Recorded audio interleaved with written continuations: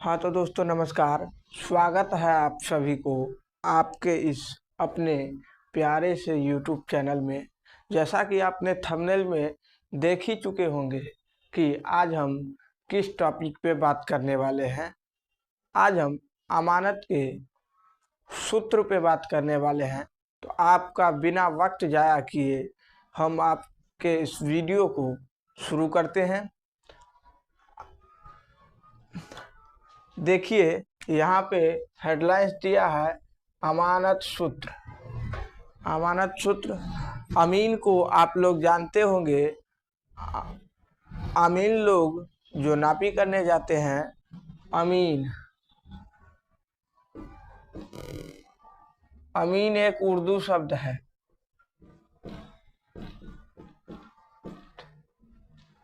अमीन कौन सा शब्द है?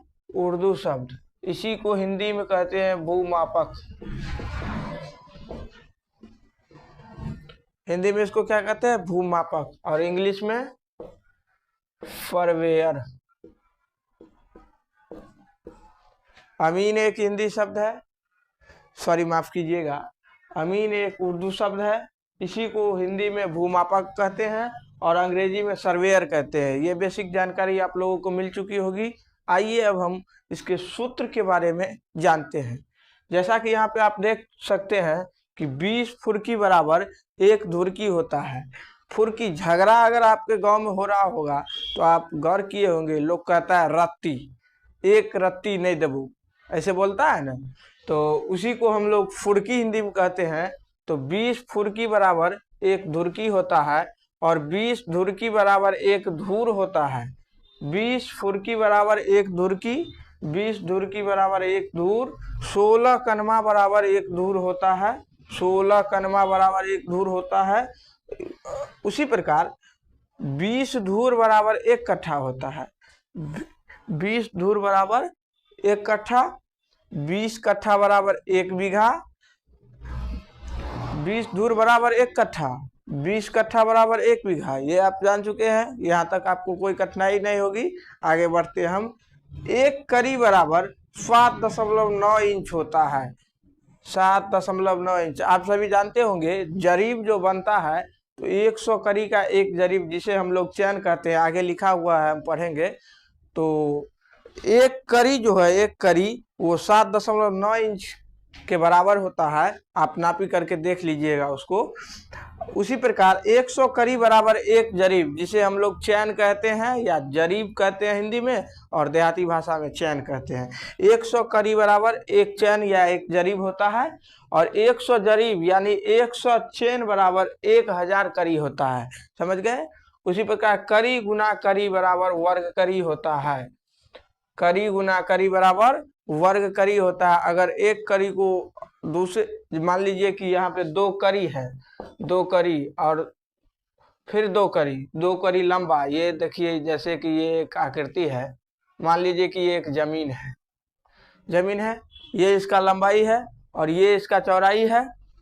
ठीक है, ये इसका लंबाई है और ये इसका चौड़ाई है। तो मान लीजिए कि 2 करी लंबा है ये जमीन और 2 करी चौड़ा है। इस दोनों को गुना करेंगे तभी ना इसका क्षेत्रफल आएगा। तो दोनों को गुना करने पर आएगा 2 दूनी 4। इसको हम क्या करेंगे, ये 2 करी और 2 करी गुना हो गया तो 4 वर्ग करी के बराबर हुआ। 4 वर्ग करी। इसको हम लोग करी नहीं, इसको वर्ग करी कहेंगे। समझ गए? तो करी गुना करी बराबर वर्ग करी। उसी प्रकार फीट गुना फीट बराबर वर्ग फीट। और 100 करी बराबर 66 फीट होता है। 100 करी बराबर अगर आपसे कोई पूछे कितना फीट होता है तो आप लोग बताइएगा कि 100 करी बराबर 66 फीट होता है। ठीक है, 66 फीट बराबर 100 करी होता है। उसी का उल्टा है, आप समझ गए होंगे, लग्गी गुना लग्गी बराबर धूर। गांव में किसी को ठेका या बटाई या ठेका बताई देते हैं ना गांव में। तो उसमें देखिएगा आप लोग लग्गी से नापता है। कहीं पे 6.5 हाथ का लग्गी चलता है, कहीं पे 6 हाथ का लग्गी चलता है।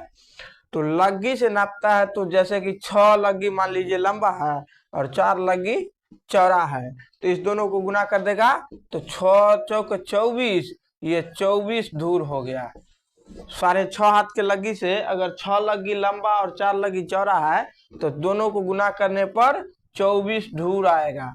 उसी प्रकार लग्गी गुना लग्गी बराबर धूर, एक लग्गी गुना एक लग्गी बराबर एक धूर। समझ गए? अब आप ठीका दीजिएगा तो इसके हिसाब से निकाल लीजिएगा, ठीक है। 218 वर्ग करी, जैसे यहाँ पे 4 वर्ग करी आया, उसी प्रकार ये 218 वर्ग करी बराबर एक धूर होता है। समझ गए? उसी प्रकार 95 वर्ग फीट बराबर एक धूर होता है। आशा करते हैं कि आपको ये सभी बातें समझने में कोई दिक्कत नहीं होगी, आप अच्छे से इन बातों को समझ गए होंगे। और आगे के वीडियो में हम मिलेंगे। और आप सबों से अनुरोध है, अगर आपको ये वीडियो अच्छी लगी हो तो इस चैनल को ज़्यादा से ज़्यादा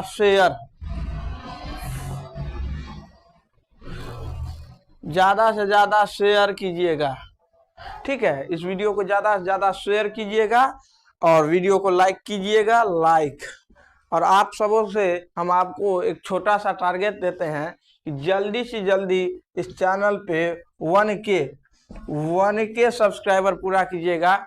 चलिए, बहुत बहुत धन्यवाद आप लोगों का, और जल्दी से जल्दी इस वीडियो को लाइक कीजिएगा और इस चैनल को सब्सक्राइब कीजिएगा। धन्यवाद, चलते हैं, जय हिंद।